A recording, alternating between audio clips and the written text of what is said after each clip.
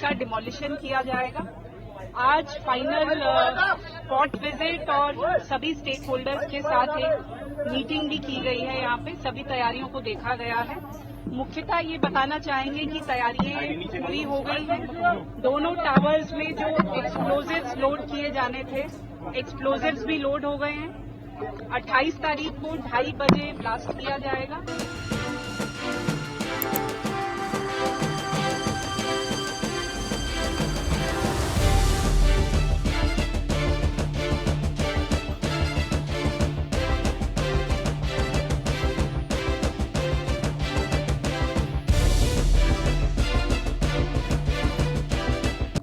अभी जो आपने वीडियो और थंबनेल देखा है इसको मैं थोड़ी देर में एक्सप्लेन करूंगा। पहले लेक्चर को स्टार्ट कर लेते हैं। So hi guys and welcome back to the channel Deepak Yadav education.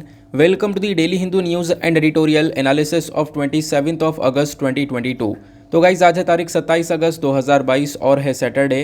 देखेंगे आज के द हिंदू कंप्लीट न्यूज़पेपर को एनालाइज करेंगे। बट लेक्चर में आगे बढ़ने से पहले अगर आप लोग को इस लेक्चर का PDF चाहिए तो क्या करना है, सबसे पहले डाउनलोड करना है टेलीग्राम। देन उसके बाद जाके सर्च बॉक्स में टाइप करना Deepak Yadav education UPSC। As you can see guys आप लोग को ये वाला चैनल मिल जाएगा, उस पर क्लिक करना और जाकर इस चैनल को ज्वाइन कर लेना। देखो अगर आप लोगों को इस तरीके से ये चैनल नहीं मिलता है तो नीचे डिस्क्रिप्शन बॉक्स में PDF लिंक के नाम से एक लिंक दिया गया है। जैसे आप लोग उस पर क्लिक करोगे ये चैनल ऑटोमेटिकली ओपन हो जाएगा, इसको जाके ज्वाइन कर लेना। ज्वाइन करने से फ़ायदा क्या होगा, यहाँ पर आप लोगों को डेली बेसिस पर लेक्चर का PDF मिल जाता है, डेली करंट अफेयर के वीडियो का PDF मिल जाता है और डेली बेसिस पर बहुत सारे डिजिटल नोट्स मिल जाते हैं। नाउ बढ़ते हैं आगे बढ़ने से पहले हमेशा की तरह हम लोग अपने लेक्चर को एक मैप के क्वेश्चन के साथ स्टार्ट करेंगे। तो आज आप सभी लोगों को मैप में जाकर देखना है पैराग्वे को। ये न्यूज़ में है तो अच्छे से मैप में देखना। देन उसके बाद आकर नीचे कमेंट सेक्शन में टाइप करना, जिससे कि आप लोग इसको लंबे समय तक याद रख पाओगे। साथ ही साथ एक क्वेश्चन सॉल्व करेंगे जो कि UPSC प्रीवियस ईयर साल 2022 के प्रीलिम्स में पूछा गया था, यानी कि इसी साल के प्रीलिम्स में। तो डेली बेसिस पर हम लोग यहाँ पर एक प्रीवियस ईयर क्वेश्चन को भी सॉल्व करते हैं। क्वेश्चन बहुत ही ज़्यादा सिंपल सा है। अगेन लोकेशन को लेकर क्वेश्चन है। क्वेश्चन क्या बोलता है, कंसीडर द फॉलोइंग कंट्रीज़। आपको यहाँ पे कुछ कंट्रीज़ के नाम दिए गए हैं, अज़रबैजान, किर्गिस्तान, तजिकिस्तान, तुर्कमेनिस्तान और उज़्बेकिस्तान। अब नीचे क्वेश्चन ये बोलता है कि इनमें से कौन कौन सी कंट्रीज़ हैं जो कि अफ़गानिस्तान के साथ में अपने बॉर्डर को शेयर करती हैं। अब यहाँ पर नीचे ऑप्शन दिए गए हैं। Option A 1, 2 and 5 only, option B 1, 2, 3 and 4 only, option C 3, 4 and 5 only, या फिर ऑप्शन D पाँचों की पाँचों कंट्रीज़ अपने बॉर्डर को शेयर करती हैं। यहाँ पे आप लोग इन पाँचों कंट्रीज़ का नाम देख सकते हो। तो इसका सही आंसर आप सभी लोगों को नीचे कमेंट सेक्शन में देना है। एटलीस्ट सभी को इसमें पार्टिसिपेट करना है, जैसे मैं आप लोगों से डेली बेसिस पर बोलता हूँ। बाय द वे इसका जो करेक्ट आंसर है वो मैंने आपको टेलीग्राम पर प्रोवाइड करवा दिया, वहाँ से भी चेकआउट कर सकते हो। अदरवाइज़ वहाँ पर आंसर नहीं मिलता है तो भी कोई परेशान होने की ज़रूरत नहीं है। वीडियो के लास्ट में इसके करेक्ट आंसर का डिस्कशन हम लोग करेंगे। तो चलो शुभारंभ करते हैं और चलते हैं सबसे पहले थंबनेल वाले इंपॉर्टेंट आर्टिकल की तरफ। ये जो आप लोग को दो बिल्डिंग दिख रही है ना, ये 40 मंजिले की दोनों बिल्डिंग्स हैं और ये बहुत लंबे समय से न्यूज़ में बनी हुई हैं और इसको तोड़ने की बात की जा रही थी। अब फाइनली यहाँ पर कल के दिन, कल क्या है, कल 28 अगस्त है और कल संडे भी है। कल संडे में दोपहर 2 बजे 9 से 10 सेकंड के अंदर अंदर ये पूरी बिल्डिंग गिर जाएगी।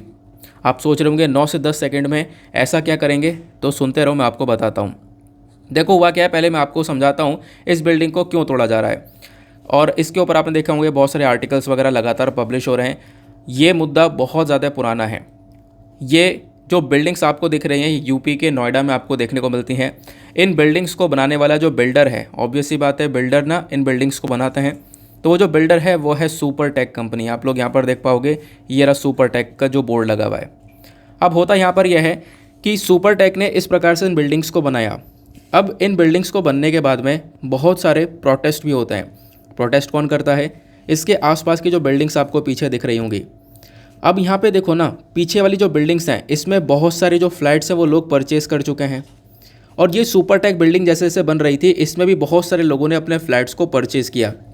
लेकिन पीछे वाली बिल्डिंगें थोड़ी सी पुरानी थी।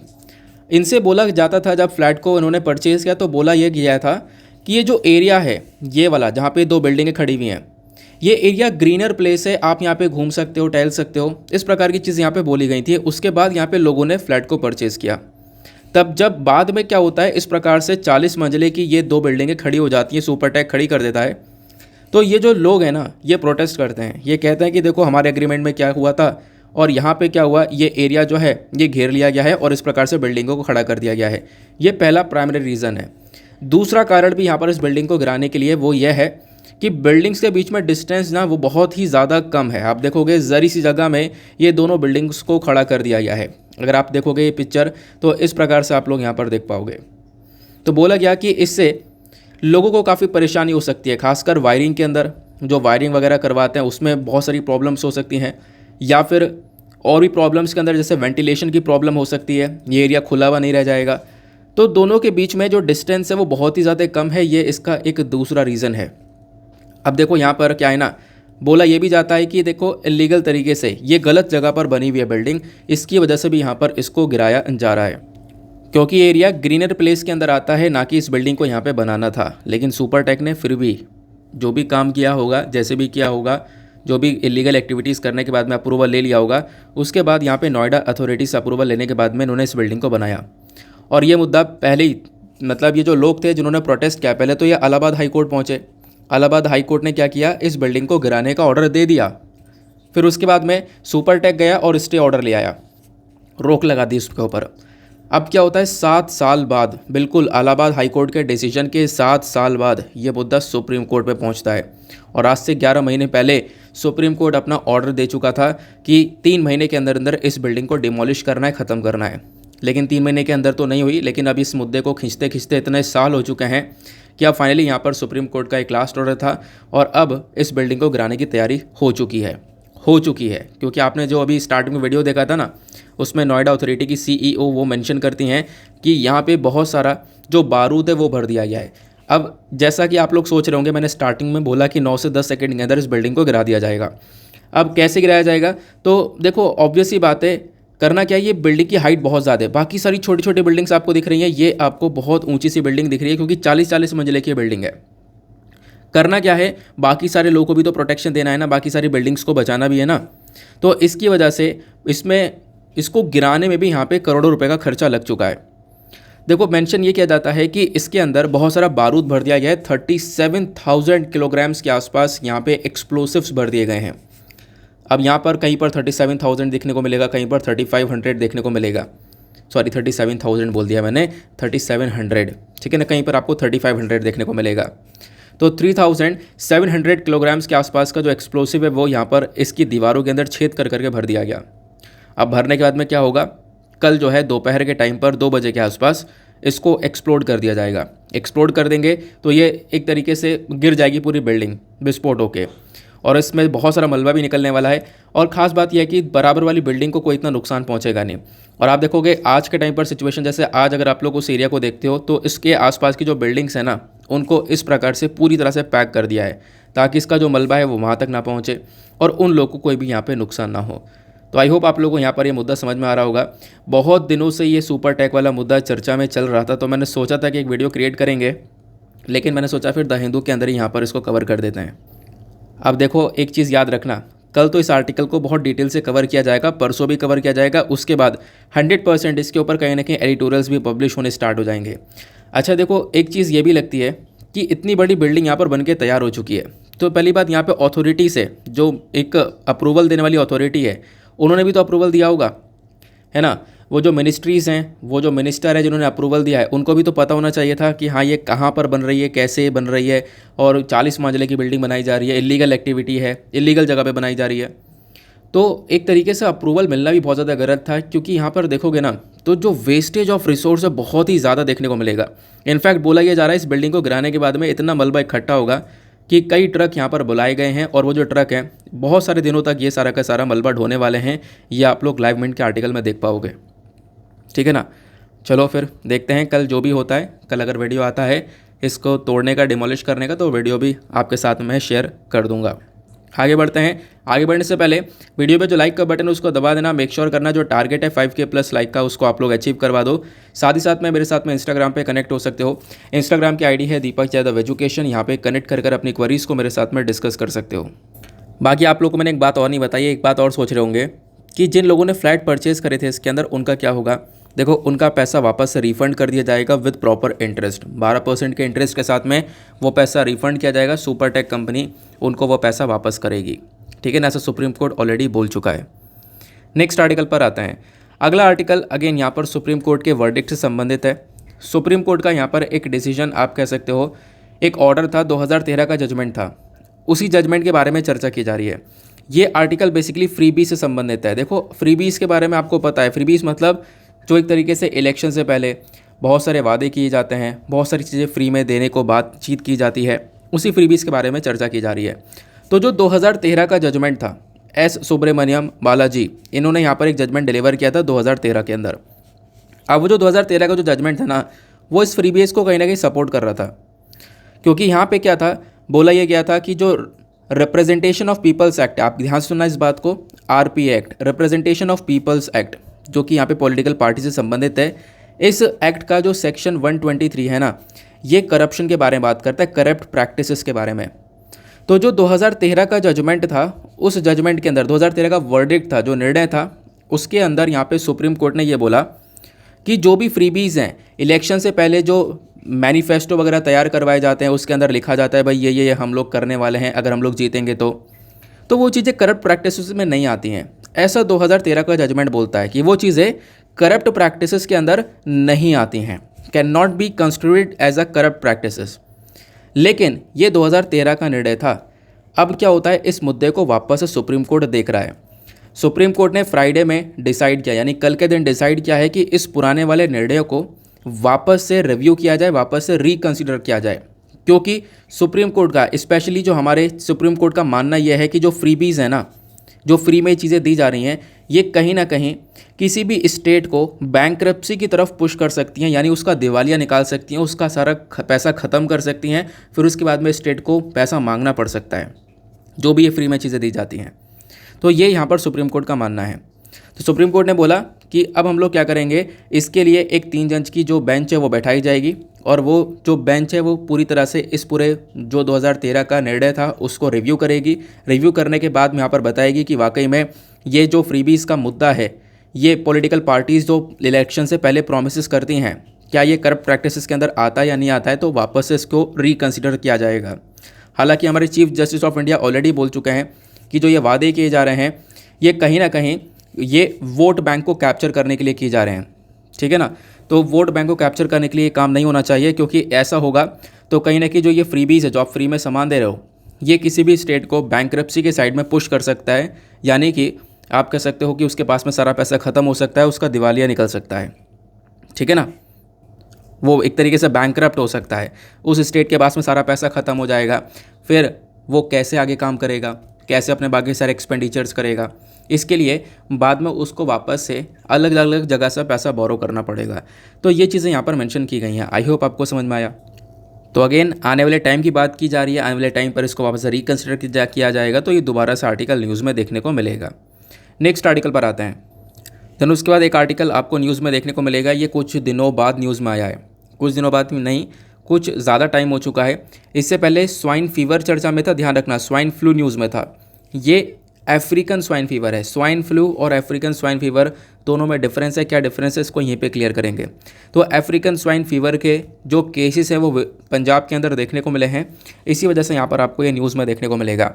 तो पंजाब सरकार ने फ्राइडे में डिक्लेयर किया है 2 गाँव को, एक आपको मतलब आप कह सकते हो 2 विलेजेस के अंदर देखने को मिला है ये स्वाइन फ्लू का, अफ्रीकन स्वाइन फीवर का केस। ध्यान रखना, अफ्रीकन स्वाइन फीवर ASF इसको हम लोग बोलते हैं।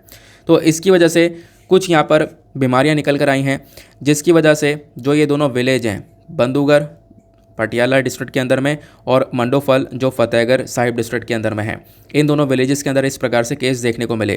तो एक अलर्ट जारी किया गया और बताया गया कि देखो यहाँ पर ऑब्वियस सी बात है, इस डिजीज़ को रोकना होगा, क्योंकि यहाँ पर ये जो डिजीज़ है अफ्रीकन स्वाइन फीवर, ये पिग के अंदर फैलती है। किसके अंदर? पिग्स के अंदर, यानी जो सूअर हैं उनके अंदर ये स्प्रेड होती हुई नज़र आती है। फिर उसके बाद में यहाँ पर अफ्रीकन स्वाइन फीवर के बारे में सारी इन्फॉर्मेशन दी गई है। अब ये जो इन्फॉर्मेशन है वो मैं आप लोगों को नोट्स के फॉर्म में प्रोवाइड करवा रहा हूँ, ताकि अपने पास में आप लोग लिख कर रख सको, आपको एग्जामिनेशन में ये हेल्प करे। तो अफ्रीकन स्वाइन फीवर एक कॉन्टेगियस एक फेटल एनिमल डिजीज़ देखने को मिलेगा। मतलब कि देखो, जानवरों के अंदर फैलने वाली बीमारी है और जानलेवा बीमारी है। इस डिजीज़ की वजह से जो जानवर है, खासकर जो सूअर है, इनके अंदर बुखार, ये सारी जैसी सिचुएशन क्रिएट होती है। अफ्रीकन स्वाइन फीवर को सबसे पहली बार पाया गया था अफ्रीका के अंदर, इसको डिटेक्ट किया गया था अफ्रीका में, नाम से ही पता चल रहा है अफ्रीकन स्वाइन फीवर। तो इसको सबसे पहली बार अफ्रीका में ही डिटेक्ट किया गया था 1920s के आसपास। फिर उसके बाद में ये जो बीमारी है ये आगे बढ़ने लगी। अफ्रीका के बाद यूरोप के अंदर कुछ हिस्सों में देखने को मिली, साउथ अमेरिका में, देन उसके बाद कैरिबियन जो नेशंस है वहाँ पर देखने को मिली है। फिर उसके बाद में मोर रिसेंटली अगर हम लोग बात करें 2007 के आसपास जो ये डिजीज़ है ये बहुत सारे देशों में एक साथ फैलती हुई चली गई। अफ्रीका, एशिया, यूरोप, इन कॉन्टिनेंट्स के अंदर ये पहुंच गई और यहाँ पे जो जंगली सूअर हैं या फिर जो डोमेस्टिक पिग्स हैं इन सभी के अंदर ये फैलती हुई नज़र आई है। प्लस दिक्कत वाली बात यह है कि इसमें मोर्टेलिटी रेट यहाँ पे 100% का, यानी कि जान जाने की संभावना पूरी देखने को मिलती है और इसका कोई ऐसा प्रॉपर इलाज है नहीं। सिर्फ इलाज यहाँ पर यही है कि अगर जानवरों में, मान लो यहाँ पे सुअरों में ये फैल जाए तो इन सुअरों को मार दिया जाए, नहीं तो फिर ये सुअर दूसरे सुअर के अंदर फैलाना स्टार्ट कर देंगे। तो एक लौता स्टेप है इस पूरी बीमारी को रोकने का, वो है कि इन एनिमल्स को कल कर दिया जाए, इनको मार दिया जाए। तो ये अफ्रीकन स्वाइन फीवर है। देखो ह्यूमन बींग्स के लिए अभी तक कोई खतरा है नहीं, क्योंकि अभी एनिमल टू एनिमल्स ही यहाँ पर ये स्प्रेड होता है, ध्यान रख सकते हो। प्लस यहाँ पे ना ये जो अफ्रीकन स्वाइन फीवर है इसके साथ साथ एक और स्वाइन फीवर न्यूज़ में रहता है, वो है क्लासिकल स्वाइन फीवर। ASF पढ़ लिया, अब थोड़ा सा CSF के बारे में जान लेते हैं। जो क्लासिकल स्वाइन फीवर है इसको हम लोग हॉग कॉलेरा के नाम से भी जानते हैं। पूछा जा सकता है हॉग कॉलेरा क्या है, तो ये एक क्लासिकल स्वाइन फीवर है। एंड अगेन ये भी एक इंपॉर्टेंट डिजीज़ है जो कि पिग्स के अंदर ही फैलती है, यानी इन सुअर के अंदर ही फैलती है। प्लस उसके बाद यहाँ पर आप देखोगे तो दुनिया भर में ये CSF के केसेस भी आपको काफ़ी सारी जगह पर देखने को मिल जाते हैं। जो ये CSF है ये कौन से वायरस की वजह से होता है, तो ये एक तरीके से पेस्टी वायरस की वजह से होता है। पेस्टी वायरस जो कि फ्लैविवेरिडे फैमिली से बिलोंग करता है, इस वायरस की वजह से ये जो पूरी प्रॉब्लम है, पूरी बीमारी है, वो यहाँ पर फैलती हुई नज़र आती है, ठीक है ना। और इसमें भी जो मोर्टेलिटी रेट है, मरने का जो यहाँ पर दिक्कत है, वो आपको 100% तक देखने को मिल सकता है, ऐसा यहाँ पर बोला गया। हालांकि हाल ही में काफ़ी सारी वैक्सीन्स के ऊपर काम किया जा रहा है, वैक्सीन्स को डेवलप किया जा रहा है ताकि हम लोग इन सुअरों को बचा सकें, खासकर जो ये स्वाइन फीवर है बेसिकली इसको हम लोग रोक सकें, ठीक है ना। क्योंकि अभी इकलौता स्टेप यही है कि इनको मार के इस बीमारी को रोका जाता है। क्लियर हुआ। रिसेंटली आपको पता होगा केरला के अंदर ये न्यूज़ में था, ठीक है ना। केरला के अंदर वायनाड के अंदर बहुत सारे सुअरों में ये अफ्रीकन स्वाइन फीवर पाया गया था, तो उनको मारने का ऑर्डर आया था।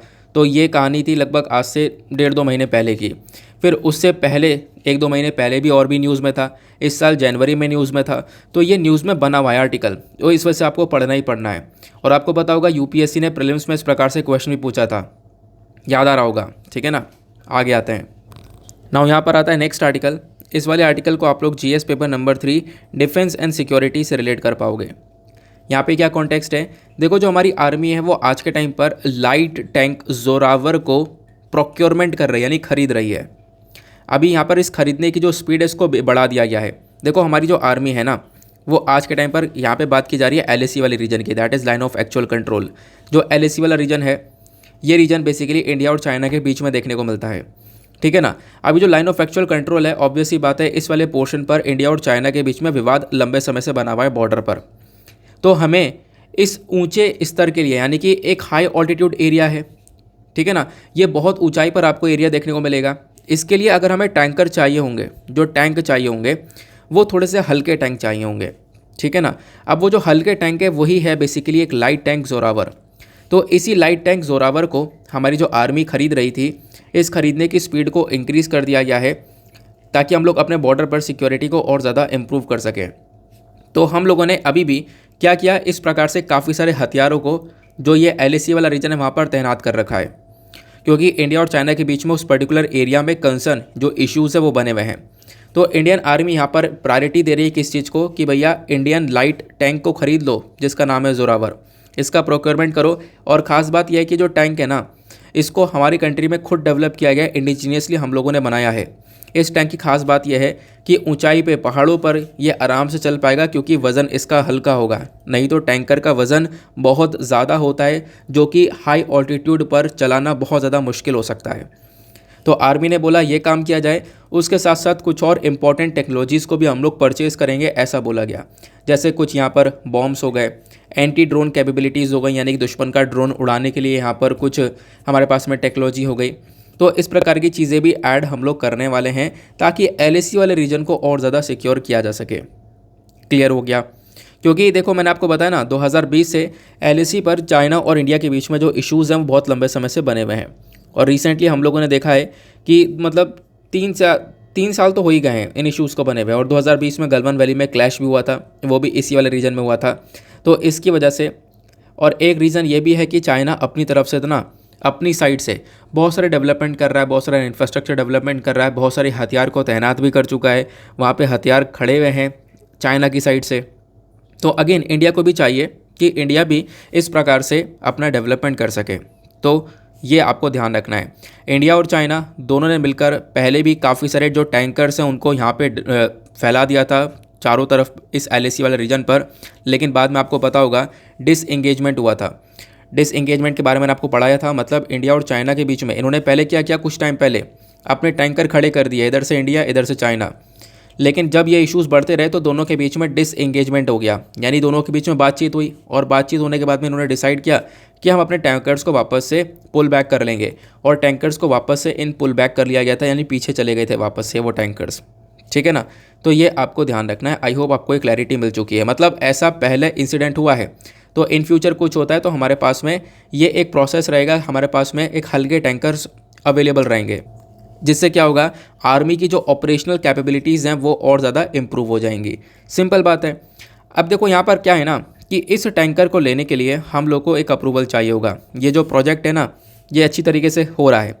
अब हमें जल्द से जल्द एक तरीके से अप्रूवल चाहिए, किसके थ्रू, DAC के थ्रू, डिफेंस एक्विजिशन काउंसिल के थ्रू। तो यहाँ पे बोला गया आर्मी के थ्रू कि जल्द से जल्द यहाँ पर इनसे अप्रूवल ले लो।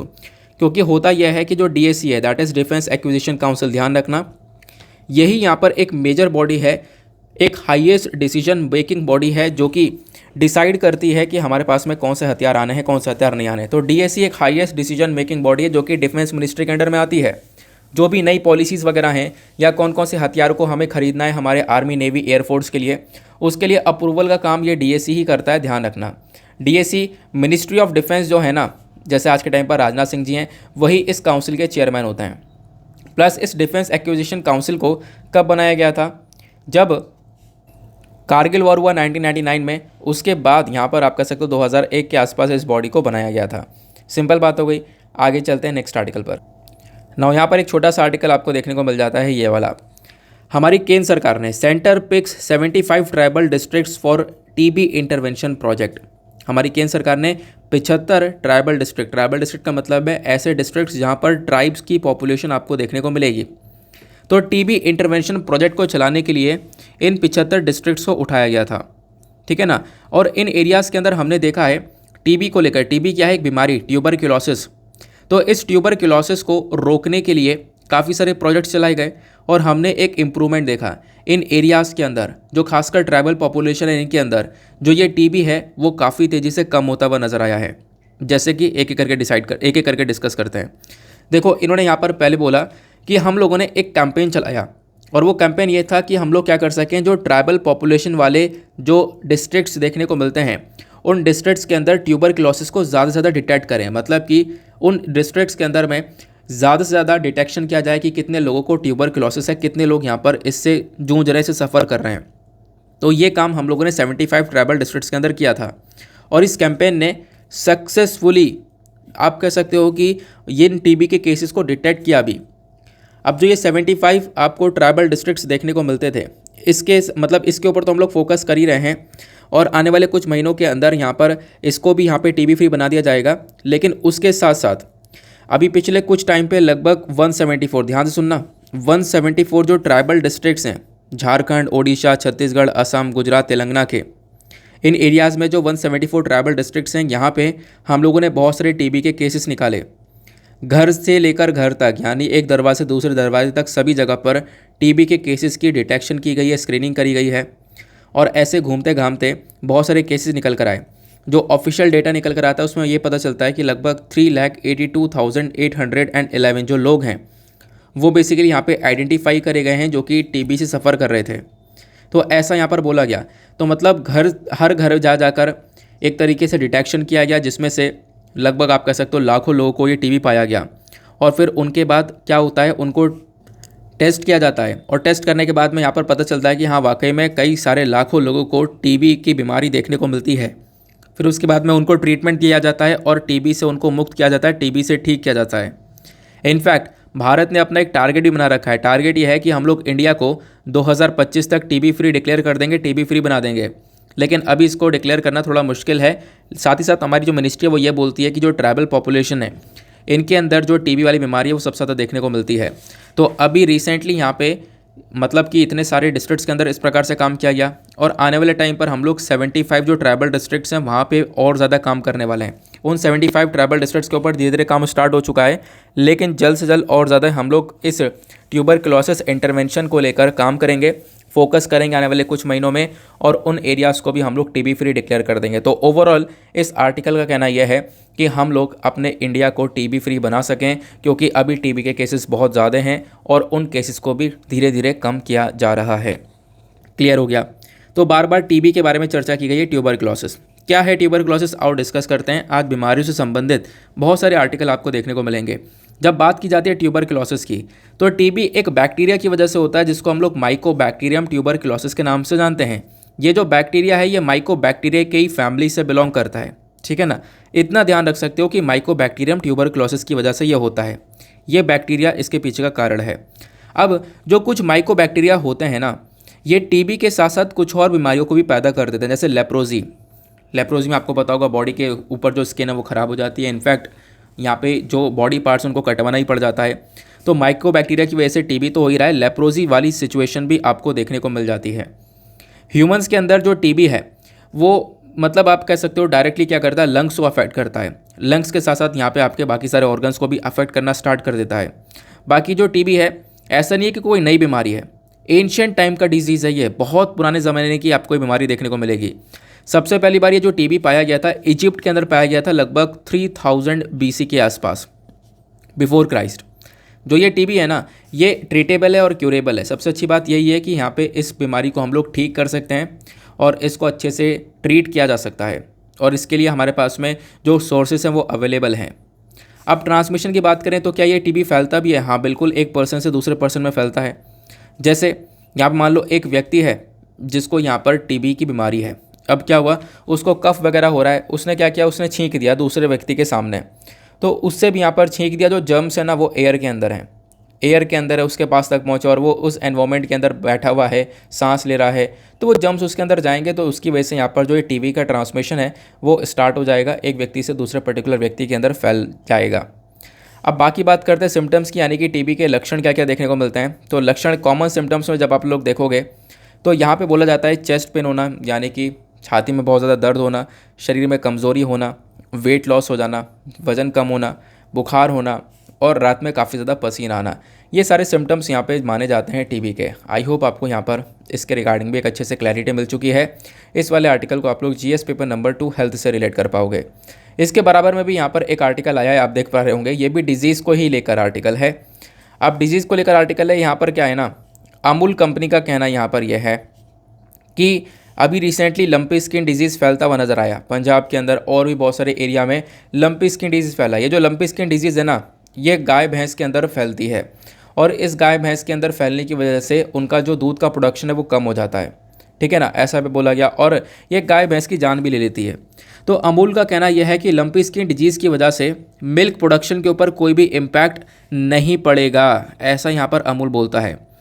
तो लंपी स्किन डिजीज़ रिसेंटली हमारे देश भर में एक बहुत बड़ा खतरा बनकर आया और इनफैक्ट बहुत से राज्यों में हज़ारों, ध्यान रखना क्या बोल रहा हूँ, हज़ारों गाय भैंस मारी गई हैं इस लंपी स्किन डिजीज़ की वजह से। इनफैक्ट गुजरात के अंदर सिचुएशन तो मतलब काफ़ी ख़तरनाक थी। फिर उसके बाद में यहाँ पर पंजाब के अंदर भी देखने को मिली है जहाँ पे सिचुएशन ख़राब थी, लेकिन यहाँ पर धीरे धीरे कंट्रोल करी गई। अब यहाँ पे क्या होता है, जब किसी गाय भैंस को बीमारी होती है ना तो वो मिल्क का प्रोडक्शन करना बंद कर देती है, दूध देना बंद कर देती है, क्योंकि वो कुछ खाती नहीं है, तो यहाँ पर दूध देना बंद हो जाता है। तो बेसिकली यहाँ पे बोला गया जो मिल्क का प्रोडक्शन है उसके ऊपर कोई इम्पैक्ट नहीं पड़ेगा, ऐसा यहाँ पर अमूल बोलता है, ठीक है ना। तो अमूल की साइड से यहाँ पर ये स्टेटमेंट आया है। अमूल के जो एक तरीके से मैनेजिंग डायरेक्टर हैं RS सोदी, वो यहाँ पर ये बोलते हैं कि मिल्क प्रोडक्शन की जो सेल हो रही है उसके ऊपर कोई भी इम्पैक्ट नहीं पड़ने वाला है, स्पेशली गुजरात के अंदर, क्योंकि गुजरात के अंदर हालात थोड़े से ख़राब हुए, तो गुजरात के अंदर भी जो प्रोडक्शन है दूध का वो बराबर हो रहा है दूसरी तरफ, और प्रॉपर वैक्सीनेशन वगैरह यहाँ पर करवाई जानी चाहिए, ऐसा यहाँ पर बोलते हैं। देखो है क्या ना, इन जानवरों को बचाया जा सकता है, उसके लिए एक प्रॉपर वैक्सीनेशन की आवश्यकता है। वो वैक्सीनेशन जल्द से जल्द हो सकती है सभी जानवर के लिए, ताकि उनको लंपी स्किन डिजीज़ से बचाया जाए। क्योंकि दिक्कत ये इतनी बड़ी है, क्योंकि पिछले साल भी लंपी स्किन डिजीज़ के जो गुजरात के अंदर केसेस है वो देखने को मिले थे, और अभी भी यहाँ पर गुजरात के अंदर इस प्रकार से जो केसेस है वो बढ़ते हुए नज़र आ रहे हैं। तो आप इमेजिन कर सकते हो, लाख लाख के आसपास केसेस निकल कर आ रहे हैं लंपी स्किन डिजीज़ के। तो उसी को लेकर यहाँ पर यह आर्टिकल लिखा गया है। नाउ आओ थोड़ा सा डिटेल से डिस्कस करते हैं आखिरकार ये लंपी स्किन डिजीज़ होती क्या है। ठीक है ना, थोड़ा सा ये जान लेते हैं, क्योंकि करंट इशू तो आपने पढ़ लिया है कि हाँ सिचुएशन थोड़ी सी बेकार है, बहुत सारे केसेस निकल कर आ रहे हैं। ये डायरेक्टली पूछा भी नहीं जाएगा, जो आपसे बैकग्राउंड पूछा जाएगा वो लंपी स्किन डिजीज़ के बारे में पूछा जाएगा। इस वाले आर्टिकल को आप लोग जीएस पेपर नंबर 2 हेल्थ से रिलेट कर पाओगे। लंपी स्किन डिजीज़ ये बेसिकली एक इन्फेक्शन है जो कि एक वायरस की वजह से होता है, वो है poxy virus. Lumpy skin disease virus, इसकी वजह से यहाँ पर ये बीमारी फैलती है, पॉक्स वायरस। होता यहाँ पर यह है कि फूड एंड एग्रीकल्चर ऑर्गेनाइजेशन के अकॉर्डिंग बात करें तो लंपी स्किन डिजीज़ की वजह से बहुत सारी गाय भैंस की जान चली जाती है। अब ये डिजीज़ सबसे पहली बार कहाँ पाई गई थी, जैसे अभी हमने अफ्रीकन स्वाइन फीवर के बारे में पढ़ा था ना, ये बीमारी सबसे पहले अफ्रीका में पाई गई थी। वैसे लंपी स्किन डिजीज़ सबसे पहली बार देखी गई थी जाम्बिया के अंदर 1929 में। फिर उसके बाद में यहाँ पे हम लोगों ने देखा कि ये बीमारी कैसे फैल रही है। बहुत अच्छी तरीके से यहाँ पे इस चीज़ को ऑब्जर्व किया गया, और ऑब्जर्व करने के बाद में हम लोग को पता ये चलता है कि मान लो एक गाय या भैंस बीमार है, उसके ऊपर कोई कीड़ा, मॉस्किटो या मच्छर हो गया, या बाइटिंग वाली फ्लाई हो गई, वो बैठती है, उस जानवर को काटती है, और फिर उस जानवर से उड़कर जाकर दूसरे जानवर पर बैठ जाती है, दूसरे जानवर को काटती है। तो इस प्रकार से जो ये वायरस है ना, वो एक पर्टिकुलर जानवर से दूसरे पर्टिकुलर जानवर में ट्रांसफ़र हो जाता है। तो कहने का मतलब यह है कि लंपी स्किन डिजीज़ जो ट्रांसफ़र हो रही है एक जानवर से दूसरे जानवर में, उसके पीछे का रीज़न है बाइटिंग इंसेक्ट, जो कीड़े हैं काटने वाले, वो इस जानवर को काटेंगे, फिर इस जानवर को काटेंगे, इससे वो वायरस ट्रांसमिट होता रहता है इन जानवरों के अंदर, जिसकी वजह से लंपी स्किन डिजीज़ फैलती हुई चलती है। क्वेश्चन यहाँ पर यह है कि इसमें लक्षण क्या क्या होते हैं। देखो यहाँ पर लक्षण क्या है ना, जानवर को बुखार आ जाना, उसके आँख नाक से यहाँ पर बहुत ज़्यादा लिक्विड टपकना, सलाइवा टपकना, लार गिरना। तो इस प्रकार से यहाँ पे प्रॉब्लम्स क्रिएट होने लगती हैं। इनफैक्ट मैंने आपको बताया जो जानवर है ना, वो खाना बंद कर देता है, वो चबा नहीं पाता। उसके बाद यहाँ पर जब खाना नहीं जाएगा पेट में, ऑब्वियस सी बात है, तो उसके बाद जो मिल्क का प्रोडक्शन है वो हो नहीं पाएगा। फिर उसके बाद में एक क्वेश्चन आता है प्रिवेंशन और ट्रीटमेंट का, कि कैसे हम लोग इसको रोक सकते हैं, कैसे इस बीमारी को ठीक किया जा सकता है। तो वैक्सीनेशन दी जा सकती है, वैक्सीन देंगे अगर हम लोग बीमारी के अगेंस्ट में, तो यहाँ पर बचाया जा सकता है इन सारे जानवरों को, ऐसा यहाँ पे बोला गया। लेकिन क्वेश्चन यहाँ पर यह है, क्या कोई दवाई अवेलेबल है? तो कोई भी ऐसी स्पेसिफिक एंटीवायरल ड्रग अभी के लिए अवेलेबल नहीं है जो कि इस लंपी स्किन डिजीज़ को ठीक कर सके। जो ट्रीटमेंट है कि वो आप अपने जानवर की केयर कर सकते हो, प्लस यहाँ पे अभी वैक्सीनेशन जो है ना, उसके ऊपर काम किया जा रहा है, उस वैक्सीनेशन को हम लोग प्रोवाइड करवा सकते हैं। प्लस यहाँ पे लंपी स्किन डिजीज़ में होता क्या है, जानवर की जो बॉडी की स्किन है, जो खाल है, वो ख़राब होने लगती है, उस खाल के ऊपर गांठें पड़ने लगती हैं बहुत ज़्यादा। तो क्या किया जा सकता है कि जो उसके खाल के ऊपर घाव बन रहे हैं उसको ख़त्म करने के लिए कुछ दवाइयों का हम लोग उपयोग कर सकते हैं, एंटीबायोटिक्स वगैरह का इस्तेमाल कर सकते हैं, ऐसा यहाँ पे बोला गया। प्लस जानवरों को एंटी इन्फ्लेमेटरी पेन किलर्स दिया जा सकता है, यानी कि आप कह सकते हो कि जो सूजन है उसको कम करने के लिए, दर्द को कम करने के लिए, कुछ इस प्रकार से यहाँ पर इन चीज़ों की दवाई दी जा सकती है, ताकि वो जानवर जो है ज़्यादा बीमार ना पड़े, अपना जो एक तरीके से खाना है वो खाता रहे और मिल्क का प्रोडक्शन करता रहे। ठीक है ना, तो ये चीज़ें आपको देखने को मिल जाती हैं इस पर्टिकुलर आर्टिकल में। आई होप एक क्लैरिटी मिल चुकी है। नेक्स्ट आर्टिकल पर आते हैं। नेक्स्ट एक छोटा सा आर्टिकल है, यहाँ पे मेंशन किया गया, जो सीबीआई है, सेंट्रल ब्यूरो ऑफ इन्वेस्टिगेशन, इसने साल 2021 में जो कॉन्विक्शन रेट है इसका वो लगभग 67.56% का रहा है। मतलब देखो, मान लो कोई केस आया होगा, अब वो केस यहाँ पर सीबीआई के हाथ में आया है, यानी सीबीआई उस केस को इन्वेस्टिगेट करेगा। अब यहाँ पे बोला गया कि साल 2021 के अंदर सीबीआई का जो कॉन्विक्शन रेट था वो 67.5% था, 56% था। इसका मतलब कितने लोग दोषी साबित हुए हैं इस इन्वेस्टिगेशन के दौरान, ठीक है ना, कितने लोग मुजरिम साबित हुए हैं, वो बेसिकली 67.56% का इन्वेस्टिगेशन रेट था, ऐसा यहाँ पर मेंशन किया जाता है, जो कि पिछले साल के कंपैरिजन में अब की बार कम हुआ है, क्योंकि साल 2020 में यही रेट 69.83% के आसपास था कॉन्विक्शन रेट, और अब यहाँ पे 2021 में ये रेट 67.56% के आसपास हो चुका है। तो अब की बार जो मुजरिम हैं थोड़े से कम देखने को मिलते हैं इस सीबीआई के अंडर में। और ये सारा डेटा किसने दिया है? ये सारा डेटा आया है according to the CVC annual report. Very very important. CVC क्या है? यह है सेंट्रल विजिलेंस कमीशन, तो इसी के रिपोर्ट के अकॉर्डिंग ये सारी बातें यहाँ पर बताई जा रही हैं। अब देखो बताया गया कौन कौन सा केस कहाँ से निकल कर आया, किस किस साल में कितने कितने केसेस निकल कर आए, किस किस चीज़ से रिलेटेड वो केसेस हैं, वो पढ़ने की बिल्कुल भी ज़रूरत नहीं है, बिल्कुल भी। बस खाली एक मोटा सा आपने डेटा कवर किया है, इतना यहाँ पे ध्यान रखना। इसके अलावा ज़्यादा डिटेल में जाने की ज़रूरत नहीं है इस आर्टिकल के अंदर, क्योंकि हर एक जगह पर हर एक लाइन में एक नंबर दिया हुआ है जो कि याद नहीं रख पाओगे और रखना भी नहीं है। अब हम लोग बात करेंगे CVC, सेंट्रल विजिलेंस कमीशन, जिसने इस रिपोर्ट को तैयार किया। तो सेंट्रल विजिलेंस कमीशन क्या है, देखो इंपॉर्टेंट है। GS पेपर नंबर 2 पॉलिटी के अंदर जो लक्ष्मीकांत की बुक है उसके अंदर भी यहाँ पर इसके बारे में चर्चा की गई है। सेंट्रल विजिलेंस कमीशन, आपको नाम से पता चल रहा है, विजिलेंस मतलब निगरानी रखना, ठीक है ना। तो ये एक तरीके से कमीशन ऐसा बनाया गया है जो कि हमारे सरकार के ऊपर बहुत अच्छी तरीके से निगरानी रखने का काम करता है। सरकार कोई गलत काम तो नहीं कर रही है, कोई करप्शन तो नहीं कर रही है, इलीगल एक्टिविटीज़ तो नहीं कर रही है, उसको मॉनिटर करने का काम करता है। तो CVC क्या है, एक इम्पॉर्टेंट विजिलेंस इंस्टीट्यूशन है। इसके ऊपर किसी का कंट्रोल नहीं है, कोई एग्जीक्यूटिव, कोई अथॉरिटी, कोई भी यहाँ पर कंट्रोल नहीं है। एक इंडिपेंडेंट तरीके से काम कर सकती है, और ऑब्वियस ही बात है इंडिपेंडेंट तरीके से काम करेगी तो भी खुल के काम करेगी, नहीं तो फिर किसी बॉडी के अंदर में आएगी तो उस बॉडी का प्रेशर इसके ऊपर आने लगेगा, ठीक है ना। तो ये बात ध्यान रखना है। बाकी यहाँ पर जो ये CVC है वो क्या करती है, वो यहाँ पर एडवाइस करती है अलग अलग अथॉरिटीज़ को जो भी हमारी केंद्र सरकार के अंडर में है। और यहाँ पे इनका काम यह है कि जो भी एक तरीके से सेंट्रल गवर्नमेंट के अंदर हो रहे जो भी एक्टिविटीज़ हो रही हैं उनको एक तरीके से मॉनिटर करना। इस सेंट्रल विजिलेंस कमीशन को लाया गया था, इसको सेटअप किया गया था हमारी सरकार के थ्रू फरवरी 1964 में। एक कमेटी थी जिसको हेड किया था के संथनम ने। तो इन्होंने यहाँ पर आप कह सकते हो इस रिकमेंडेशन दिया था कि हमारे पास में करप्शन को टैकल करने के लिए किस प्रकार से बॉडी होनी चाहिए। तो ये जो कमेटी थी वो थी प्रिवेंशन ऑफ करप्शन को लेकर, यानी करप्शन को कैसे रोका जा सकता है। तो पर्टिकुलर बॉडी ने ही यहाँ पर मेंशन किया कि हमारे पास में एक बॉडी होगी सेंट्रल विजिलेंस कमीशन, वो यहाँ पे करप्शन को रोकने का काम करेगी, वो हमारी सरकार के ऊपर निगरानी रखेगी। तो क्या होता है, पार्लियामेंट यहाँ पर एक एक्ट बनाता है, सेंट्रल विजिलेंस कमीशन एक्ट 2013, ठीक है ना। अब इस एक्ट को बनाया गया ताकि हम लोग एक बॉडी जो CVC हमने बॉडी बनाई है इसको हम एक स्टेटस दे सके स्टैचुरी बॉडी का। तो स्टैचुरी बॉडी का स्टेटस दिया गया क्योंकि ऑब्वियस ही बात है सेंट्रल विजिलेंस कमीशन जो बॉडी है ना ये एक स्टैचुरी बॉडी है। स्टैचुरी बॉडी मतलब किसी एक्ट के माध्यम से बनाई गई है। तो आप लोग बता सकते हो, ठीक है, एक स्टैचुरी बॉडी है, एक एक्ट के माध्यम से बनाई गई है। वो कौन सा एक्ट है, वो है central vigilance commission act 2003। Clear हो गया। एक इंडिपेंडेंट बॉडी है, मैंने आपको बता दिया, एक इंडिपेंडेंट बॉडी है, डायरेक्टली यहाँ पर यह रिस्पॉन्सिबल है पार्लियामेंट के लिए। पार्लियामेंट को अपनी रिपोर्ट ये प्रस्तुत करती है, प्लस अपनी रिपोर्ट सबमिट करती है ये प्रेसिडेंट ऑफ इंडिया को भी। फंक्शंस की बात करें तो मैंने आपको बता दिया, करप्शन को रोकने का यहाँ पर इसका मेजर काम आपको देखने को मिलेगा।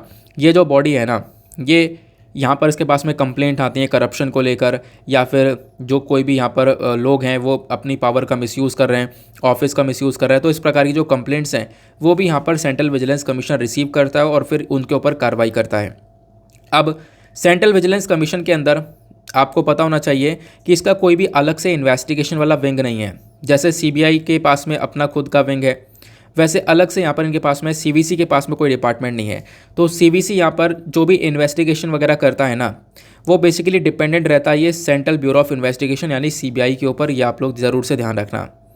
अब देखो, जब हम लोग बात करते हैं सेंट्रल विजिलेंस कमीशन की, दैट इज़ CVC की, तो इसके अंदर कितने लोग हैं, तो यहाँ पर आप देखोगे एक तो बेसिकली कमिश्नर होता है, मेजर कमिश्नर, जिसको हम लोग इस बॉडी का चेयरपर्सन बोलते हैं, और 2 विजिलेंस कमिश्नर्स होते हैं, यानी कि 2 अलग से मेंबर्स होते हैं। तो टोटल आपको 3 लोग की पूरी बॉडी देखने को मिलेगी। अब इस कमिश्नर को, यानी जो मेन कमिश्नर जो चेयरपर्सन है इस CVC का, उसका कैसे अपॉइंटमेंट होता है, कौन अपॉइंट करता है, तो इसको अपॉइंट किया जाता है हमारे प्रेसिडेंट ऑफ इंडिया के थ्रू। प्रेसिडेंट ऑफ इंडिया के पास में भी एक तरीके से रिकमेंडेशन आता है। अब प्रेसिडेंट ऑफ इंडिया को रिकमेंड देने वाली एक कमेटी है, उस कमेटी के अंदर हमारे प्राइम मिनिस्टर, होम मिनिस्टर, उसके बाद लोकसभा के एक तरीके से जो अपोजिशन लीडर है वो होते हैं। ये कुछ लोग मिलकर एक कमेटी बनाते हैं। वो कमेटी प्रेसिडेंट से बोलती है कि भैया सेंट्रल विजिलेंस कमीशन के ये व्यक्ति चेयरपर्सन होने चाहिए। तो उसके बाद यहाँ पर जो प्रेसिडेंट ऑफ इंडिया है वो फाइनली चेयरपर्सन बनाते हैं। तो यहाँ पर कमेटी और प्रेसिडेंट सभी का रोल है।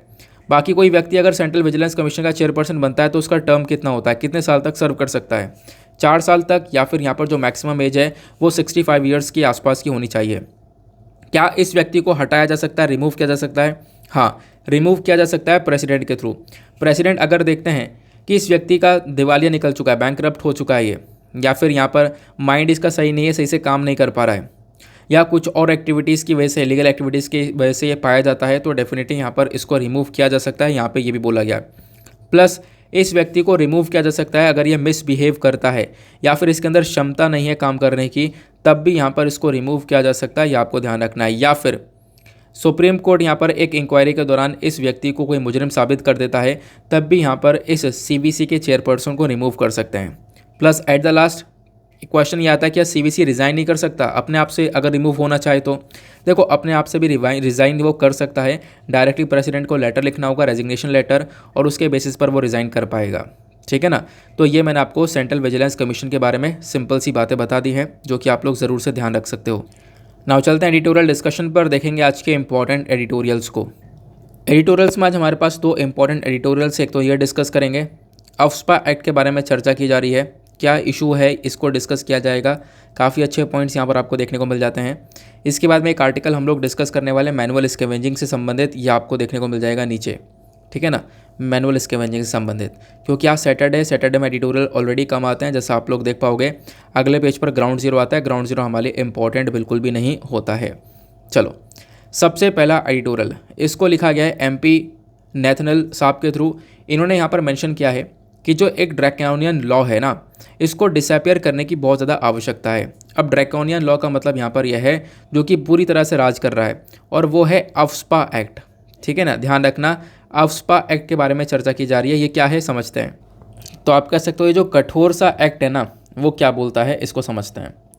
आपको पता होगा पिछले साल की बात है, दिसंबर में, अगर आप लोग मेरे साथ में कनेक्टेड होंगे तो आपको पता होगा, पिछले साल दिसंबर में हम लोगों ने कवर भी किया था कि नॉर्थ ईस्टर्न स्टेट्स के अंदर कुछ इश्यूज़ क्रिएट होते हैं।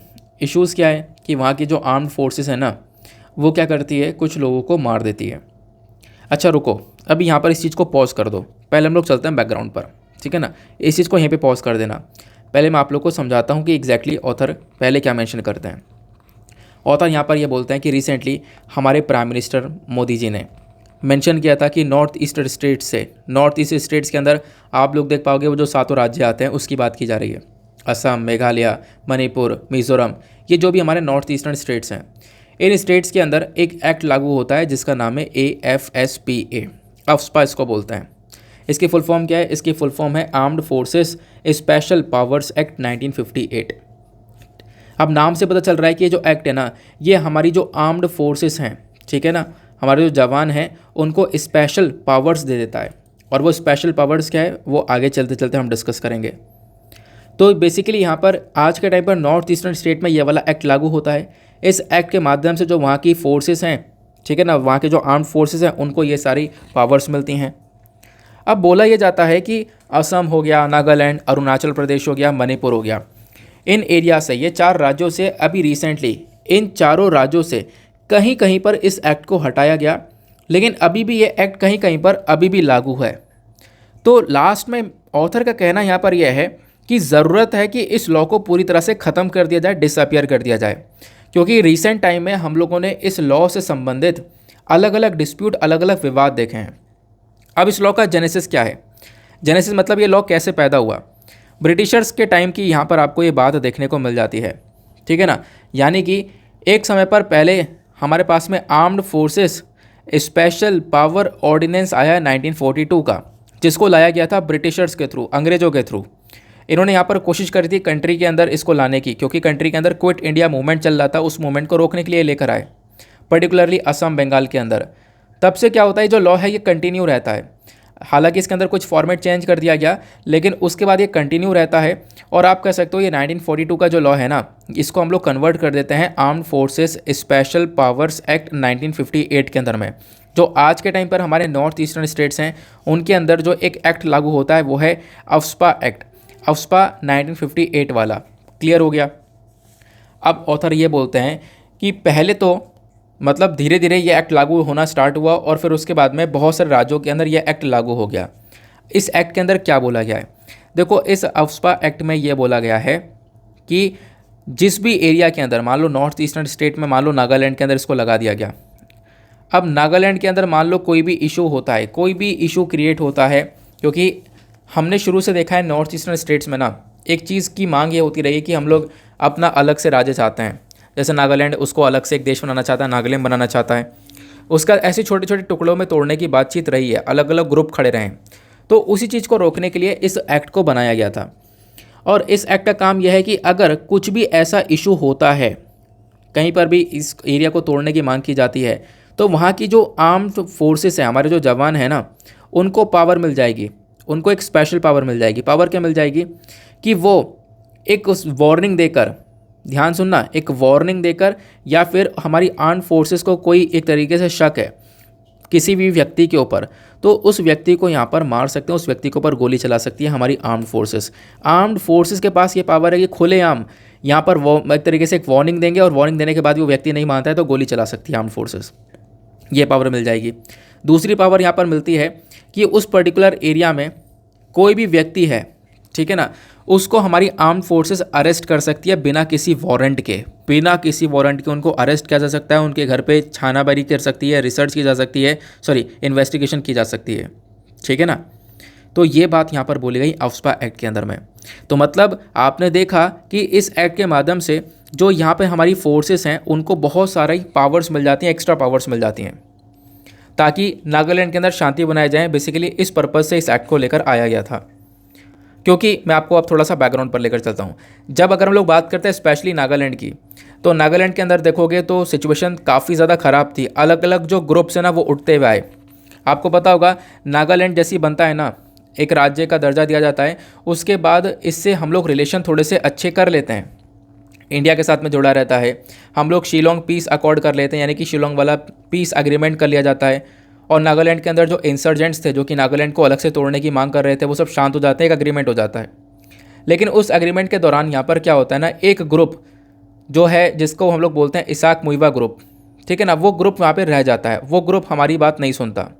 तो ऐसे यहाँ पर वो ग्रुप बनते रहेंगे। उस ग्रुप को हम लोग जानते हैं NSCN IM के नाम से, ठीक है ना। इस नाम से वो ग्रुप जाना जाता है। फुल फॉर्म क्या है? National socialist council of Nagalim Isak Muivah IM, ये इसका नाम है। तो इनकी मांग ये थी कि नागालैंड को तोड़कर, बेसिकली इंडिया से तोड़कर अलग कर कर एक नागालिम बना दिया जाए। तो जो हम लोगों ने पहले जो छोटे छोटे इंसर्जेंट्स हुआ करते थे उनसे हम लोगों ने एग्रीमेंट किया, उनको सबको शांत किया। उसके बाद में एक ग्रुप ये अलग रह गया और इस ग्रुप ने यहाँ पर शुरुआत से ही तोड़ने की मांग करी है। इसके साथ में हम लोगों ने कभी कभी एग्रीमेंट साइन करे, तो यहाँ पर क्या होता है, वो एग्रीमेंट ब्रीच होने लगते हैं। क्योंकि होता क्या है ना कि एग्रीमेंट करने के बावजूद भी ये लोग हथियार उठाना स्टार्ट कर देते हैं बार बार। तो बार बार इस प्रकार की प्रॉब्लम यहाँ पर नज़र आई है। तो सरकार ने इस चक्कर में अफ्स्पा एक्ट को यहाँ पर रख दिया कि अगर जब जब सिचुएशन ख़राब होगी तो ये अफ्स्पा एक्ट लागू होगा और इस अफ्स्पा एक्ट के तहत हमारी आर्म्ड फोर्सेस को पावर्स मिल जाएंगी। और वो जो पावर्स होंगी वो होंगी स्पेशल पावर्स। जैसे कि उनके पास में पावर होंगी, वो किसी को भी शूट कर सकते हैं, किल कर सकते हैं जिसके ऊपर भी शक होगा।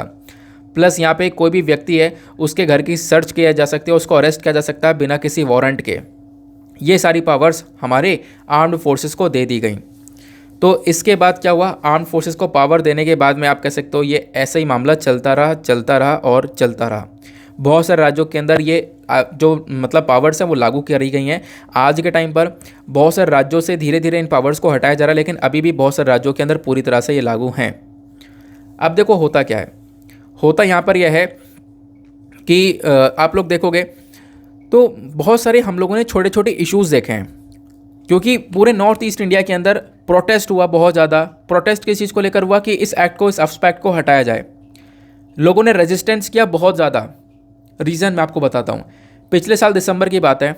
पिछले साल दिसंबर में एक घटना हो गई थी जहाँ पे हमारे आर्म्ड फोर्सेस ने नागालैंड के कुछ सिविलियंस थे उनको मार दिया था, उनको गोली से मार दिया था। क्योंकि आर्म्ड फोर्सेस के पास पावर है तो उनको सिविलियंस को उन्होंने मार दिया।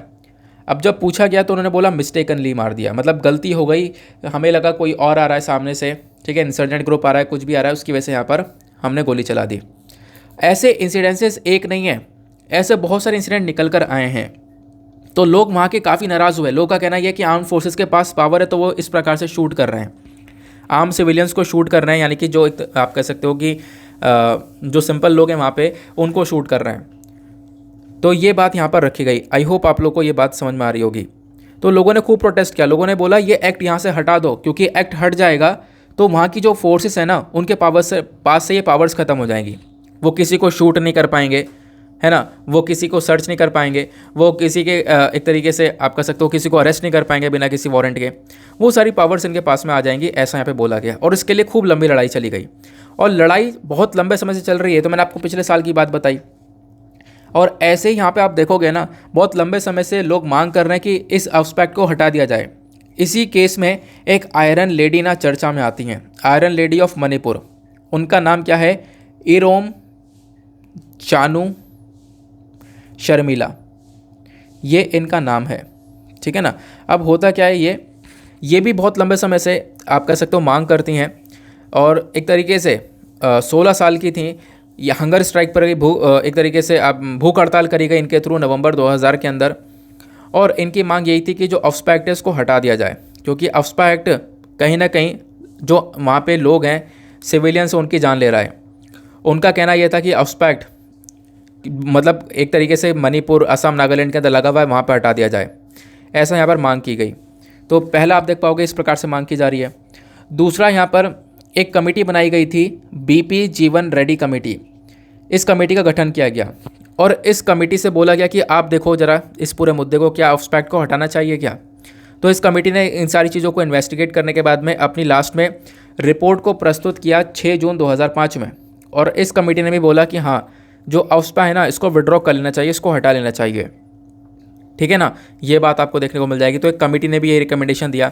फिर तीसरे एक व्यक्ति आते हैं न्यूज़ में बहुत ज़्यादा, वो हैं हमारे जो फॉर्मर होम मिनिस्टर हैं पी चिदम्बरम साहब। तो पी चिदम्बरम भी यहाँ पर आप कह सकते हो, इनका भी यही ओपिनियन था कि जो अफ्स्पा एक्ट है इसको विड्रॉ कर लेना चाहिए, ये अफ्स्पा एक्ट बिल्कुल भी लागू नहीं रहना चाहिए, क्योंकि ये लागू रहेगा तो अगेन जो वहाँ पे सिविलियंस है उनकी जान जाती रहेगी।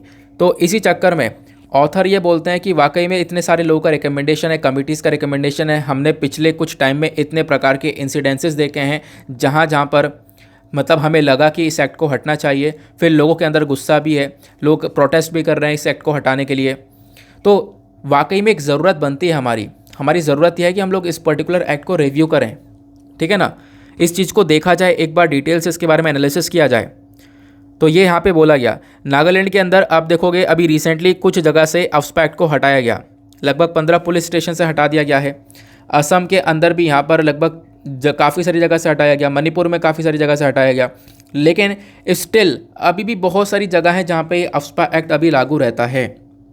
तो उन एरियाज़ को भी फ्री करना है, ऐसा यहाँ पर बोला गया। उन एरियाज़ को भी खाली कर देना है, मतलब वहाँ से भी इस एक्ट को हटा देना है, ठीक है। तो ये चीज़ें यहाँ पर ऑथर मेंशन करते हैं। आई होप आपको काफ़ी अच्छी तरीके से क्लैरिटी मिल चुकी है। अब ऑथर इसलिए भी इम्पॉर्टेंट हैं क्योंकि ये बेसिकली एक इंस्पेक्टर जनरल रह चुके हैं, inspector general of police, that is CRPF, central reserve police force के अंदर यहाँ पर रह चुके हैं। तो इस वजह से इनके पॉइंट ऑफ व्यूज़ काफ़ी मैटर करते हैं। तो वैसे ही आर्टिकल मैं आपके साथ में डिस्कस करता हूँ जो कि उस पर्टिकुलर फील्ड में है, और कुछ मतलब मेजर पॉइंट्स वहाँ पे मेंशन करे गए हैं। तो आई होप आपने यहाँ पे काफ़ी सारी बातें समझी हैं। इस आर्टिकल को अगर आप रीड करना चाहते हो तो करोगे भी तो सारी चीज़ें क्लियर हो जाएंगी। तो एक एक पॉइंट लाइन टू लाइन मैंने आपको ये एडिटोरियल समझा दिया है। अब पहले हम लोग अपने मेंस आंसर राइटिंग को देख लेते हैं। आज का जो मेंस का क्वेश्चन है वो क्या बोलता है। स्टार्टिंग में लेना था लेकिन ले नहीं पाया। कल आपको पता होगा, कल मैंने एक टॉपिक, एक एडिटोरियल आपके साथ में डिस्कस किया था, वो था LGBTIQ कम्युनिटी से संबंधित। तो आज यहाँ पर इसी के ऊपर एक मेंस का क्वेश्चन है। क्वेश्चन ये है, discuss the status of LGBTIQ+ community in India. यानी कि जो कम्युनिटी है इनका स्टेटस भारत में कहाँ पर देखने को मिलता है, प्लस ये जो कम्युनिटी है ना वो कौन कौन से चैलेंजेस आज के टाइम पर फेस कर रही है। इस चीज़ को एलोबरेट करना है 250 शब्दों में, और एलोबरेट करने के बाद में मतलब लिखने के बाद में कहाँ पे सबमिट करना है, टेलीग्राम पर जाना, सर्च बॉक्स में टाइप करना Deepak Yadav education mains answer writing. जैसे ही आप लोग यहाँ पर इसको टाइप करोगे आपको मेरा चैनल मिलेगा मेंस आंसर राइटिंग वाला, उसमें लगभग 27,000 के आसपास लोग जुड़े हुए हैं। आप भी जाकर ज्वाइन कर लेना और अपने आंसर्स को सबमिट करना। फ़ायदा ये होगा कि आंसर्स आपका रिव्यू भी किया जाएगा, यानी कि देखो आपको ही करना है ये काम। करना क्या है, आपको एक दूसरे के आंसर्स को रिव्यू भी करना है। रिव्यू करने से फ़ायदा दोनों ही लोगों को होगा, आपके होगा, आपकी जो थिंकिंग कैपेबिलिटी है वो एनहांस होगी, दूसरा सामने वाले व्यक्ति की आप थोड़ी मिस्टेक्स वगैरह बता सकोगे, कहाँ पर मिस्टेक्स है, कहाँ पर इंप्रूवमेंट की आवश्यकता है। तो इस प्रकार से मिलजुल कर एक कोऑपरेशन में हम लोग मेंस आंसर राइटिंग ग्रुप को चलाते हैं। आप लोग भी वहाँ पे ज्वाइन कर सकते हो। चलो आते हैं नेक्स्ट आर्टिकल की तरफ, नेक्स्ट एडिटोरियल पर। नाउ ये जो अगला एडिटोरियल है ना, ये भी काफ़ी पॉपुलर हो चुका है। हम लोग भी दिन ब दिन काफ़ी बार हम लोगों ने इसके बारे में डिस्कशन किया है। मेजर पॉइंट से जान लेते हैं क्या है। देखो पिछले कुछ टाइम पर जो मैनुअल स्कैवेंजिंग है एक इंपॉर्टेंट टॉपिक बनता हुआ नजर आया है। मैनुअल स्कैवेंजिंग, देखो मैनुअल स्कैवेंजिंग काम है और इस काम को करने वाले कौन से लोग हैं, वो हैं मैनुअल स्कैवेंजर्स। स्कैवेंजर्स कौन होते हैं, देखो यहाँ पे जो कि गटर वगैरह साफ़ कर रहे हैं, एक समय पर, आज के टाइम पर ये बहुत पूरी तरह से काम कम हो चुका है काम। एक समय पर जैसे आपके घर में टैंक वगैरह होता है, टॉयलेट का टैंक होता है, बाकी सारे यहाँ पर आप देख पाओगे पब्लिक स्ट्रीट्स के अंदर टैंक्स होते हैं, टॉयलेट्स होती हैं, उन सब की सफाई करने के लिए मैनुअल स्कैवेंजर्स हुआ करते थे। उन सब चीज़ों की सफाई करने के लिए वो एक तरीके से लोग हुआ करते थे, मुंह पे कपड़ा बांध के साफ करा करते थे।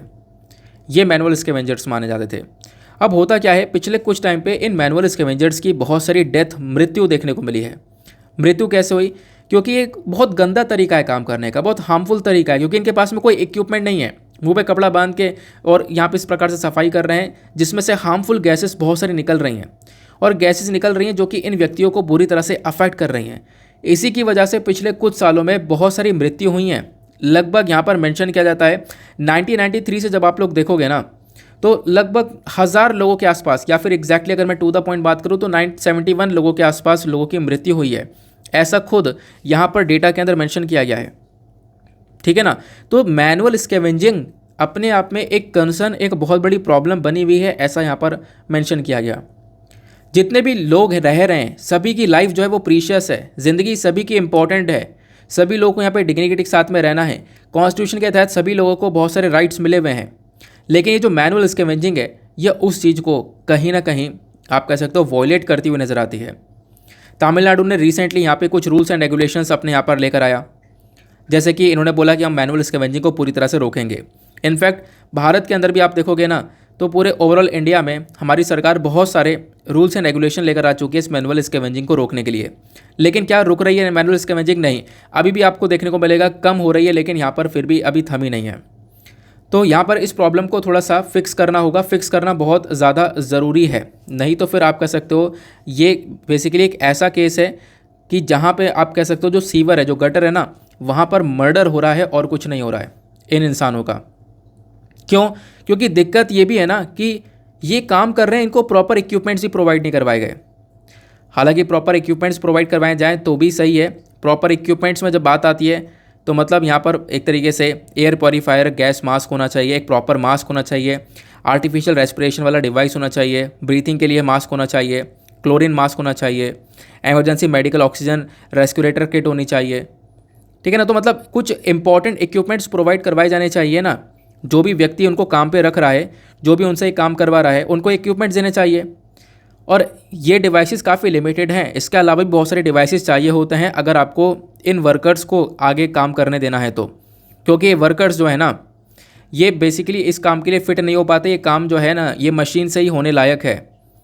क्योंकि आप देखोगे तो प्रॉब्लम बहुत ज़्यादा नज़र आती है। मैंने आपको बताया ना कि बहुत सारी मृत्यु हो रही है इसकी चक्कर में। तो तमिलनाडु एक ऐसा टॉप स्टेट बना है इस लिस्ट के अंदर में, जिसमें यहाँ पर जो मैनुअल स्कैवेंजर्स वाले वर्कर हैं उनकी सबसे ज़्यादा मृत्यु हुई है। मतलब तमिलनाडु एक ऐसा राज्य निकल कर आया जहाँ पर सबसे ज़्यादा मृत्यु हुई है मैनुअल स्कैवेंजिंग की वजह से, सबसे ज़्यादा टॉक्सिक गैसेस की वजह से। तो तमिलनाडु काफ़ी लेट हो चुका है अपने यहाँ पर चीज़ों को कंट्रोल करने में। तो ये चीज़ें यहाँ पर बताई जा रही हैं। अब मैं आप लोग को ओवरऑल इंडिया के पर्सपेक्टिव से बताता हूँ कि इंडिया के अंदर यहाँ पर मैनुअल स्कैवेंजिंग वाली जो प्रॉब्लम है वो बेसिकली हम लोग कैसे ट्रीट कर रहे हैं। अगर आप लोग देखोगे तो बहुत सारी, मैंने आपको बताया, डेथ लगातार हो रही हैं और मैनुअल स्कैवेंजिंग का काम लगातार कम होता चले जा रहा है, क्योंकि इसके ऊपर रोक लगाई जा रही है, इसके ऊपर कंप्लीट प्रोहिबिशन कर रखा है। मैनुअल स्कैवेंजिंग वाले जो काम है ना, उसको रोकने के लिए हमारे पास में अलग अलग एक्ट और बिल देखने को मिलते हैं, जिसके बारे में ध्यान रख सकते हो, मेंस के अंदर डायरेक्टली यूज़ कर सकते हो। जैसे पहला है prohibition of employment as manual scavengers and their rehabilitation amendment bill 2020। फिर दूसरा है prohibition of employment as manual scavengers and their rehabilitation act 2013। ये 2013 का एक्ट था, इसी के अंदर अमेंडमेंट कर यहाँ पर 2020 का बिल बना दिया गया। दोनों सेम है, मतलब दोनों का ही काम यहाँ पर यह है कि इस पर्टिकुलर काम को, जो ये मैनुअल स्कैवेंजिंग हो रही है, इसको पूरी तरह से प्रोहिबिट किया जाए, इसके ऊपर रोक लगाई जाए। दूसरा यहाँ पर एक्ट देखने को मिलता है वो है प्रिवेंशन ऑफ एट्रोसिटीज़ एक्ट। देखो आज के टाइम पर क्या होता है ना, ये जो काम है ये basically schedule caste, schedule tribes वाले के ऊपर थोड़ा ज़्यादा देखने को मिलता है। शेड्यूल कास्ट, शेड्यूल ट्राइब्स वाले लोग ज़्यादातर इसके अंदर इन्वॉल्वमेंट इनका देखने को मिलता है। तो बेसिकली यहाँ पर क्या है कि जो इनके ऊपर अत्याचार हो रहा है, एट्रोसिटीज़ हो रही हैं, उनको रोकने के लिए हमारे पास में एक्ट है। फिर उसके बाद में इन्हीं सफाई कर्मचारी को लेकर एक कमीशन बनाया गया है, वो है नेशनल कमीशन फॉर सफाई कर्मचारी। ये कमीशन बेसिकली एक नॉन स्टैचुरी बॉडी की तरह काम करता है, ministry of social justice and empowerment के अंडर में आता है। इसका काम भी अगेन यहाँ पर यही है कि इस मैनुअल स्कैवेंजिंग को रोका जाए। फिर उसके बाद में एक स्टेप आता है स्वच्छ भारत मिशन का। तो स्वच्छ भारत अभियान आपको पता ही है, हमारे पूरे कंट्री के अंदर एक कैंपेन स्टार्ट किया गया था हमारी सरकार के थ्रू 2 अक्टूबर 2014 के अंदर में, ताकि हम लोग अपनी गलियों को, अपनी रोड को, अपने बाकी सारे सोशल इंफ्रास्ट्रक्चर को साफ़ कर सकें, साफ़ रखें। उनको साफ़ रखेंगे तो ज़्यादा अच्छा रहेगा, इतनी ज़्यादा ज़रूरत पड़ेगी नहीं मैनुअल स्कैवेंजिंग की, काम थोड़ा सा रुकेगा और लोगों की जान बचेगी, ठीक है ना। नहीं तो फिर तमिलनाडु जैसी वाली सिचुएशन होगी। तमिलनाडु के अंदर हम लोग देख पा रहे हैं सबसे ज़्यादा मौतें हो रही हैं इन मैनुअल स्कैवेंजर्स की, ठीक है ना। तो ये पर्टिकुलर डेटा यहाँ पर आपको बोलता है। आई होप आपको काफ़ी अच्छी तरीके से एक क्लैरिटी मिल चुकी है। फिर उसके बाद में हम लोग चलते हैं अपने वीडियो की समाप्ति की तरफ। बाकी एक सिंपल सा क्वेश्चन है, देखो ग्राउंड जीरो पर गोदावरी फ्लड चर्चा में, गोदावरी नदी चर्चा में। गोदावरी नदी कहाँ से ओरिजिन होती है और कहाँ पर गिरती है? पहला क्वेश्चन आप लोगों से बनता है। दूसरा क्वेश्चन, गोदावरी नदी की कौन कौन सी ट्रिब्यूटरीज हैं, कौन कौन सी सहायक नदियाँ हैं, ये आप लोगों को नीचे कमेंट सेक्शन में आज ज़रूर से बताना है। उसके बाद यहाँ पर एक छोटा सा आर्टिकल देखने को मिलेगा। इस आर्टिकल में कोई ज़्यादा डिटेलिंग्स नहीं है, लेकिन फिर भी मैं आपको बता देता हूँ। एक रिपोर्ट है जिसके अंदर बताया गया कि साल 2070 तक ना हम लोग नेट ज़ीरो टारगेट की तरफ बढ़ेंगे। यानी इंडिया अगर कार्बन जो पोल्यूशन है, यानी अगर पोल्यूशन को हम लोग कम कर देते हैं बिल्कुल 2070 तक, तो इससे इंडिया की जो जीडीपी ओवरऑल इकोनॉमी वो बढ़ती हुई नजर आएगी, ठीक है ना। तो नेट ज़ीरो की तरफ बढ़ेंगे 2070 तक। और ऐसा हमारा जो ग्लासगो का समिट हुआ था 2021 में, उस समिट के अंदर प्राइम मिनिस्टर वादा करके आए हैं कि हाँ बिल्कुल हम लोग पोल्यूशन को कम करने वाले हैं। तो धीरे धीरे इस पोल्यूशन को कम किया जाएगा। तो बोला ये जा रहा है 2047 तक, 247 तक कहीं ना कहीं हम लोग पोल्यूशन को तो कम कर देंगे और इससे बहुत सारी जो जॉब्स हैं, बहुत सारी जो रोज़गार है वो यहाँ पे लोगों को मिलेगा। इससे हमारे एनवायरनमेंट को भी फ़ायदा होगा और इकोनॉमी को भी फ़ायदा होगा, ये रिपोर्ट का कहना है। प्लस यहाँ पर नेट ज़ीरो एमिशन जो है ना, अगर 2070 तक हम लोग देखें तो ज़रूरत है कि हम लोग को अगर नेट ज़ीरो एमिशन की तरफ बढ़ना है, पोल्यूशन को कम करना है, तो एक इन्वेस्टमेंट भी चाहिए। तो अगर यहाँ पे इकोनॉमी को वाइड करना है तो इसमें यहाँ पर इन्वेस्टमेंट चाहिए होगा, बहुत ज़्यादा ट्रिलियंस ऑफ डॉलर्स तक का इन्वेस्टमेंट चाहिए होगा। उसके बाद हम लोग यहाँ पर इन चीज़ों को रोक पाएंगे, इस पोल्यूशन को रोक पाएंगे। लेकिन इससे फ़ायदा बहुत होगा, पोल्यूशन भी कम होगा, रोज़गार भी बढ़ेगा और बहुत सारी नई नई जॉब्स 2047 तक बढ़ती हुई नज़र आएंगी, ऐसा यहाँ पर बोला जा रहा है। सिंपल सा आर्टिकल था। अब हम लोग चलते हैं अपने प्रीलिम्स के क्वेश्चन की तरफ। आज का प्रीलिम्स का क्वेश्चन क्या था? तो आज का 2022 का मतलब 2022 में इस क्वेश्चन को पूछा गया था कि कौन कौन सी कंट्रीज़ अफगानिस्तान के साथ में बॉर्डर को शेयर करती हैं। इसका करेक्ट आंसर आपको सी देखने को मिलेगा। सी के अंदर है 3, 4 एंड 5 ओनली। 3, 4 एंड 5 ओनली का मतलब है 3, 4 एंड 5, यानी तजिकिस्तान, तुर्कमेनिस्तान, उज़्बेकिस्तान, ये 3 देश हैं जो कि अफ़गानिस्तान के साथ में अपना बॉर्डर रखते हैं, अफ़गानिस्तान के साथ में अपने बॉर्डर को शेयर करते हैं।